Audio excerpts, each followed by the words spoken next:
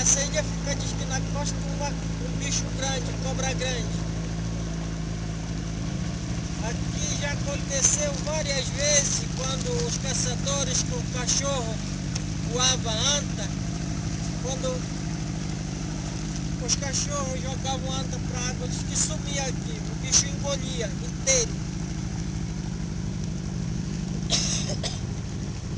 É aqui a casa dos pajés. Isso aqui, ó. Quando os pajés faziam a pajerança deles, eles sempre vinham para cá fazer as consultas deles aqui. Por isso que o pessoal chama de Ilha Misteriosa.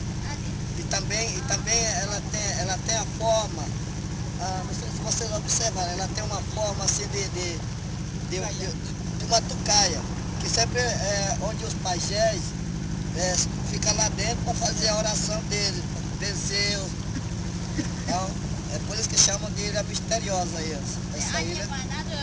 É a casa dos pajés na realidade.